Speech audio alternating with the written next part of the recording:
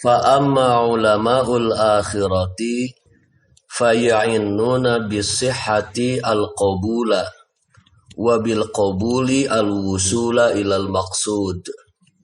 Adapun para ulama akhirat, mereka memalingkan kesahihan itu ke penerimaan.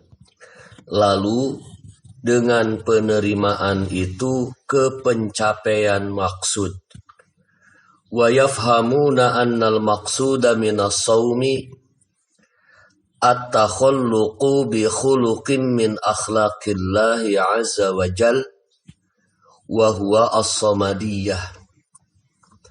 Para ulama akhirat pun memahami bahwa tujuan dari puasa itu adalah berakhlak dengan salah satu akhlak Allah azza wa jalla, yaitu as-samadiyah wal iqtida'u bil malaikati fil kaffi 'anis syahawat bihasbil imkan fa innahum munazzihuna 'anis syahawat, dan meneladani para malaikat dalam pencegahan syahwat sebisa mungkin, karena mereka, yakni para malaikat, sungguh adalah makhluk-makhluk yang bersih dari syahwat.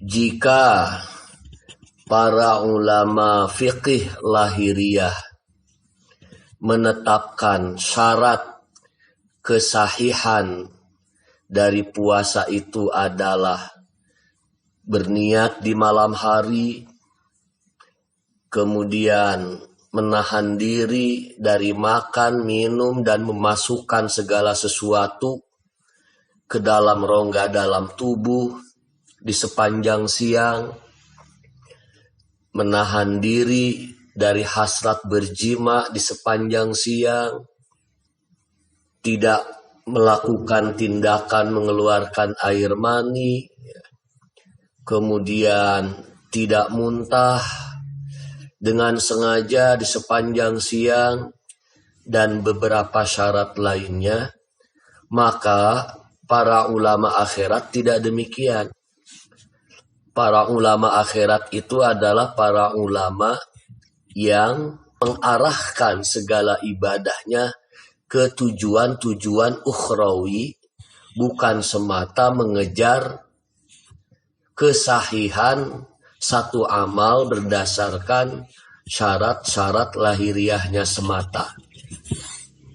Para ulama akhirat menetapkan bahwa kesahihan puasa itu bukan hanya terpenuhinya syarat-syarat lahiriah sebagaimana yang ditetapkan oleh para ulama fiqih lahiriah.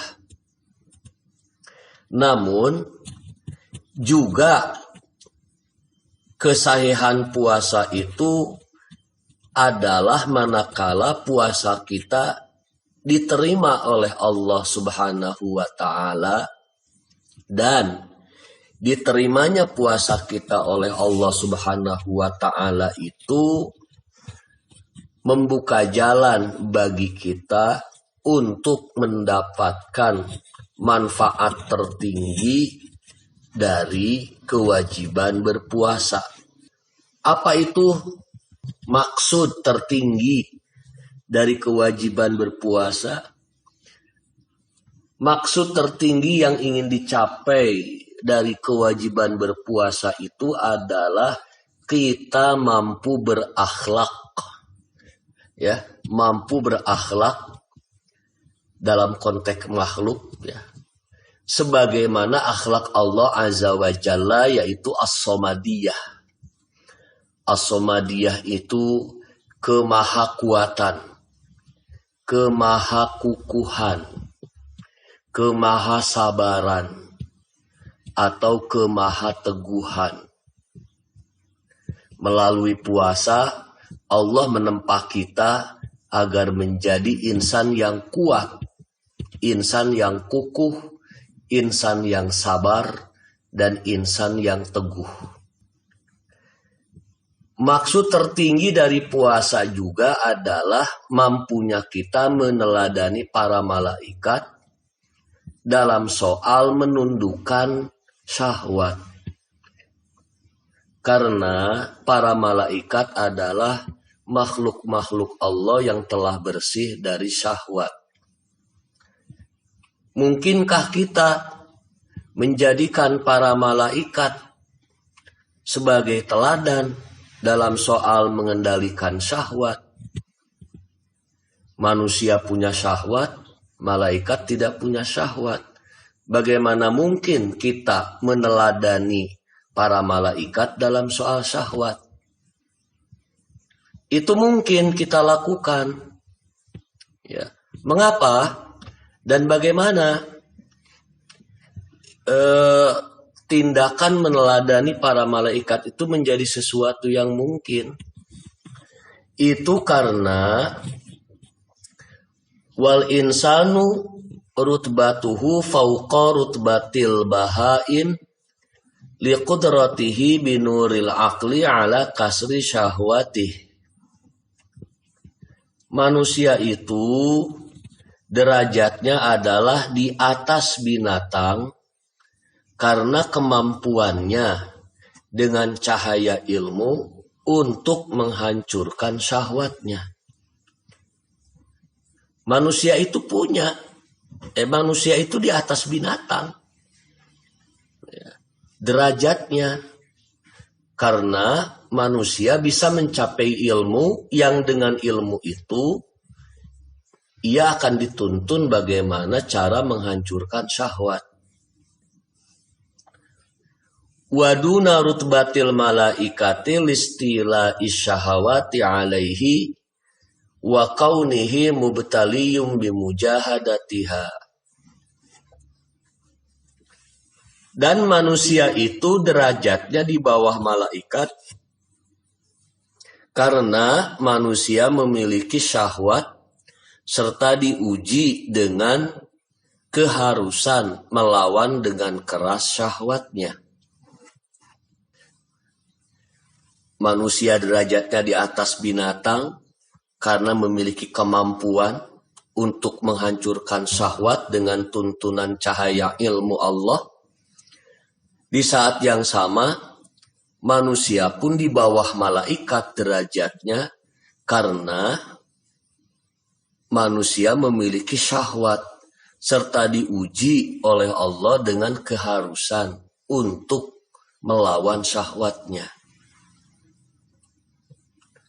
Fakullama inhamakatish syahawat inhatta ila asfala safilin wal tahaqqa bi ghumaril bahaim. Setiap kali manusia terlena dengan syahwat, jatuhlah ia ke golongan paling rendah di antara golongan makhluk-makhluk yang rendah, dan masuklah ia ke kumpulan binatang. Wa kullama qama asyahwat irtafa'a ila a'la illiyin wal tahaqqa bi ufuqil malaikah. Dan setiap kali manusia dapat menundukkan syahwat, maka naiklah ia ke tempat tertinggi dan masuklah ia ke yang tertinggi dari para malaikat. Jika manusia terlena dengan syahwat, jatuhlah ia ke golongan makhluk yang paling rendah. Manusia menjadi tak ubahnya seperti binatang. Namun, jika manusia dapat menundukkan syahwat, ia pun naik ke derajat tertinggi dan bahkan ia dapat mencapai derajat yang lebih tinggi dari para malaikat. Wal malaikatu muqarrabuna minallahi azza wa jalla. Para malaikat selalu mendekatkan diri kepada Allah azza wa jalla. Walladzi yaqtadi bihim wa yatashabbahu bi akhlaqihim yuqarribu minallahi azza wa jalla ka qurbihim. Maka seseorang yang meneladani mereka, yakni para malaikat, dan mencontoh akhlak-akhlak mereka, yakni para malaikat, akan menjadi dekat pula dengan Allah azza wa jalla sebagaimana kedekatan mereka para malaikat. Fa inna syabiha bil qaribi qaribun. Makhluk ya yang meniru makhluk lain yang dekat dengan Allah adalah juga berarti makhluk yang dekat pula dengan Allah. Walaisal qurbu sama bil makani bal bis sifah. Kedekatan diri di sini bukanlah berkaitan dengan tempat, tetapi sifat-sifat. Jika kita meneladani malaikat-malaikat Allah yang senantiasa dekat dengan Allah Subhanahu wa ta'ala, maka kita pun para manusia dapat menjadi makhluk yang juga dekat dengan Allah Subhanahu wa ta'ala. Wa idza kana hadza sirru shaumi 'inda arbabil albabi wa ashabil qulub fa ayyu jadwa li ta'khiri aklatin wa jam'i aklataini 'inda al-isya ma'al inhimaki fi syahawatil ukhar tulan nahar. Jika ini adalah rahasia puasa bagi golongan orang-orang yang berakal jernih dan orang-orang yang berhati jernih, maka apakah manfaat yang ada di balik penundaan makan dan penyatuan 2 kali makan di waktu malam yang diiringi dengan keterlenaan dalam syahwat di sepanjang hari? Jika rahasia puasa bagi orang-orang yang akalnya bersih dan hatinya bersih demikian tinggi, maka bagi orang-orang yang berpuasa hanya dengan cara menunda makan di siang hari, lalu menyatukan jatah 2 kali makan sekaligus di malam hari, ditambah dengan di siang hari tetap berasyik masuk dengan syahwat, bergibah, membicarakan keburukan, membiarkan mata liar, membiarkan kuping mendengarkan hal-hal yang diharamkan Allah, maka apa makna dan arti puasa seperti itu? Walau kana limislihi jadwa fa ayyu ma'nan liqaulihi sallallahu alaihi wasallam kam min shaimin laisa lahu min saumihi illa al-ju'i wal 'atash. Jika memang manfaat puasa seperti itu tetap ada, maka apakah makna sabda beliau Rasulullah sallallahu alaihi wasallam bahwa berapa banyak orang yang berpuasa yang tak mendapatkan apapun dari puasanya itu selain rasa lapar dan rasa haus. Walihada qala Abu Darda, karena itu Abu Ad-Darda radhiyallahu anhu berkata, ya habbaza naumul aqyasi wa fitruhum. Sungguh luar biasa tidurnya orang-orang yang berakal dan berbuka puasanya mereka. Kaifa la ya'ibuna shaumal humqi wa saharahu.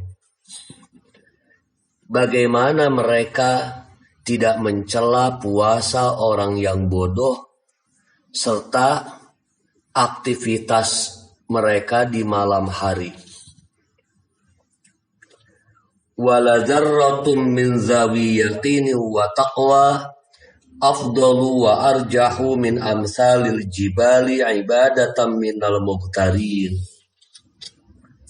Sebutir atom, sebutir debu ya, dari orang yang memiliki keyakinan dan ketakwaan itu lebih utama dan lebih disukai dari ibadah sebesar gunung orang-orang yang tertipu. Ibadah kecil yang dilakukan oleh seseorang yang memiliki keyakinan dan ketakwaan itu lebih utama dan lebih disukai daripada ibadah sebesar gunung orang-orang yang tertipu, kata beliau. Siapa orang-orang yang tertipu ini? Orang-orang yang beribadah namun aktivitas ibadah mereka kosong dari ruh, ya, tidak memiliki tujuan luhur dan hanya menjadi aktivitas ritual yang bersifat lahiriah semata. Wa qala ba'dul ulama, karena itu sebagian ulama berkata, kam min sha'imin muftirun wa kam min muftirin sha'im. Berapa banyak orang yang berpuasa itu adalah orang yang berbuka, yakni tak berpuasa. Dan berapa banyak orang yang berbuka itu adalah orang yang berpuasa. Wal muftirus sha'imu huwallazi yahfazu jawarihahu 'anil asam wa ya'kulu wa yashrab. Orang yang berbuka itu merupakan orang yang berpuasa, adalah orang yang menjaga anggota tubuhnya dari dosa, meskipun ia tetap makan dan minum. Wasaimul muftiru huwallazi yaju'u wa ya'tashu wa yutliqu jawarihah. Dan orang yang berpuasa itu merupakan orang yang berbuka, adalah orang yang lapar dan haus, namun mengumbar anggota tubuhnya.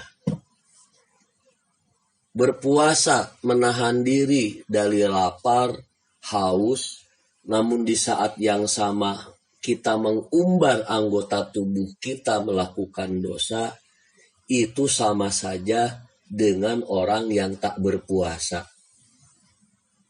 Sebaliknya, orang yang karena uzur ia tidak berpuasa, namun di saat yang sama ia tetap mencegah anggota tubuhnya dari segala dosa, maka yang bersangkutan hakikatnya adalah orang yang berpuasa.